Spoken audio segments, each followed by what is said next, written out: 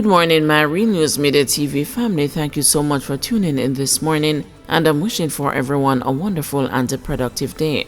And in the news this morning for March 13, 2024, ex-policeman charged for murder of relative.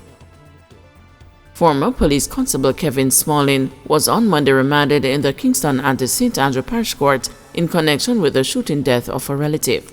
Smalling, who resigned from the Jamaica Constabulary Force in 2020 and migrated to the United States, was arrested and charged on Friday, March 8. He was placed before the parish court yesterday. He will return to court on Tuesday, March 19, at which time a bail application will be heard.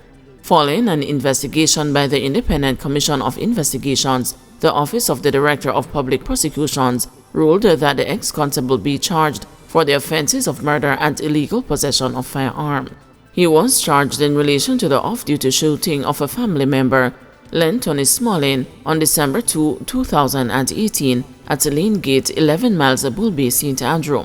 The man succumbed to his injuries on December 13, 2018. Man accused of shooting at police in St. Catherine remanded. A St. Catherine man accused of shooting at the police was yesterday remanded in the parish court.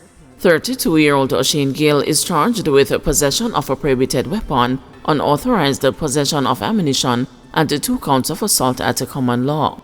The case was transferred to the gun court for mention on April 9. Allegations are that about 2:35 a.m. on March 4, a police party went to St. John's Road in Spanish Town to respond to an incident, and when the team arrived, the cops were challenged by a group of armed men. Gale was shot and injured in the exchange.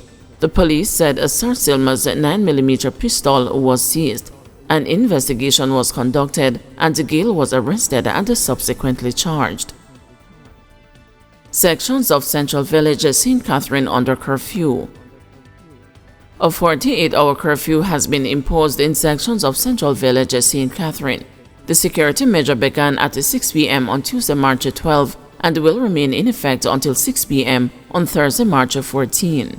The boundaries of the curfew are south along an imaginary line from the compound taxi stand onto Mandela Highway west-east to Astrom at approximately 1,130 meters, west along an imaginary line from Astrom to the military range running south-north at approximately 600 meters, north along an imaginary line running east-west from the military range to Windsor Road in the vicinity of Prophetess Mary's Christian Church at approximately 1,200 meters, east along an imaginary line from Windsor Road in the vicinity of Prophetess Mary's Christian Church to the compound taxi stand running north-south at approximately 639 meters.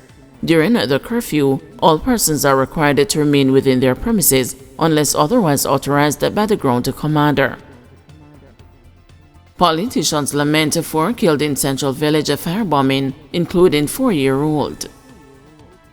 Quick thinking by a teenage fire victim to drench herself in water only served for her to be easily identified in the aftermath of yesterday's deadly house bombing in the Gritty Compound district in Central Village, St. Catherine, which claimed the lives of 4.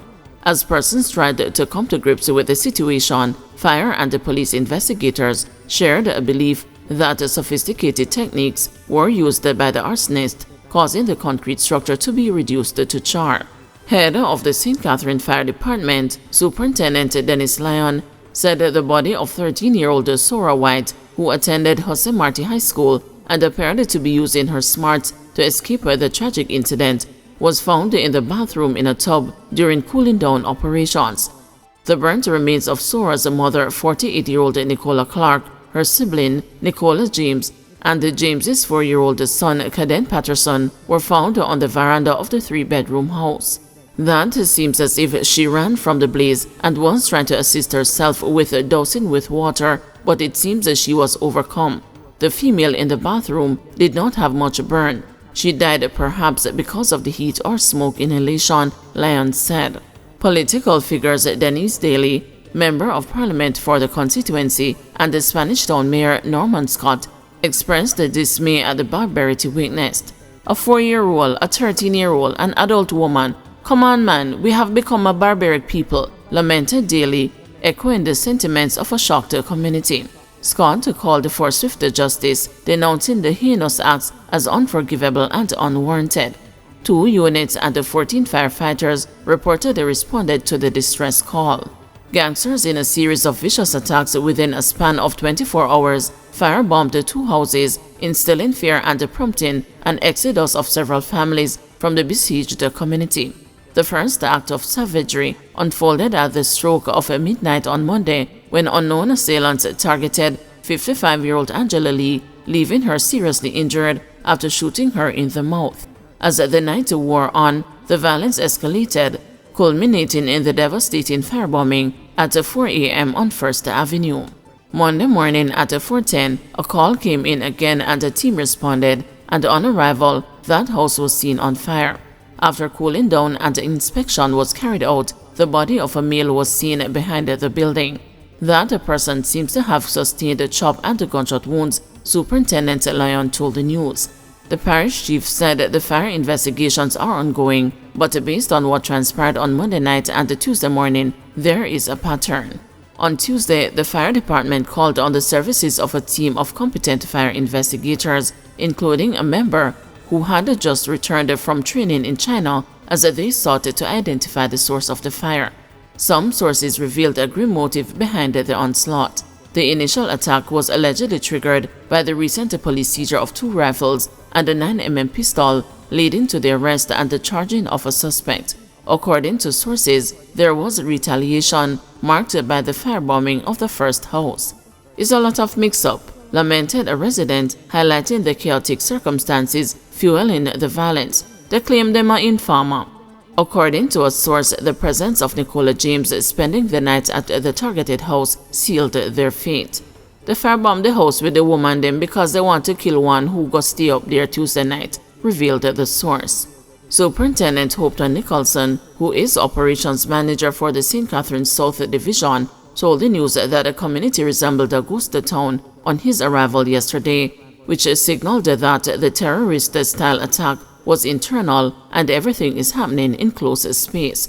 Despite the chilling events, his senior area commander and assistant commissioner Gary Griffiths remains cautious in linking the incident directly. "The investigation is in its formative stage. We are looking at the theory that the incidents could be connected, but it is early stage yet," said Griffiths, while urging community members with information to come forward. The fire victims are originally from a section of Marchpen Road in Spanish Town, approximately 2 miles away, called Africa, and they still have family residing there. Residents on Marchpen Road were plunged into mourning, and they say the compound house bombing reminded them of a similar experience almost 8 years ago, when 5 members of a family underwent a horrified attack in the Spanish Town community and they perished in October 2016. From morning, me no even drink water to hold me hear the news and shock. This remind me of when them kill them round this one shoot up the house. I same way only one of them could be identified. The rest were burnt out completely, the family friend said of the Marchpen Road attack. Vashti Clark, the stepmother of the senior Nicola, told the news that she grew her, having married her father, who is now deceased. "She was a nice person. All me 2 sick picnic them, she cook and feed them whole day and night. She was a nice sister to them, a nice stepdaughter. Everybody here is affected by it," Clark said. She told the news that she last saw Nicola 2 Saturdays ago when she came to the community to do her hair and told them that she would return soon. She said she had a pig over there and she leave to come back, and we don't see her till we hear she dead, Clark said. In a display of defense, Scott pledged to stand as an informant for those too afraid to come forward. "I will be the informer because I am not scared," declared Scott, rallying the community to unite against the perpetrators. School Principal Errol Basco granted bail on buggery charge. Principal of Taki High School and a former PNP candidate, Errol Basco, was granted $600,000 bail when he appeared before the St. Mary Parish Court on Tuesday. As part of his bail condition, he is to surrender his travel documents and report it to the police. Mr. Basco was charged on Sunday with buggery. Attorney Oswest Senior Smith says his client is maintaining his innocence. He told the news that he highlighted the discrepancies in the case against Mr. Basco during the bail application. Those discrepancies are between a claimed report by the investigating officer, which almost everyone in Jamaica has seen on social media.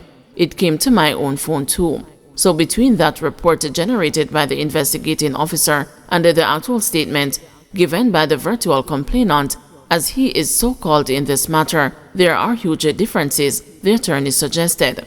Mr. Basco is to return to court on May 14. He resigned as the People's National Party's provisional parliamentary candidate for Western St. Mary in the wake of the allegations.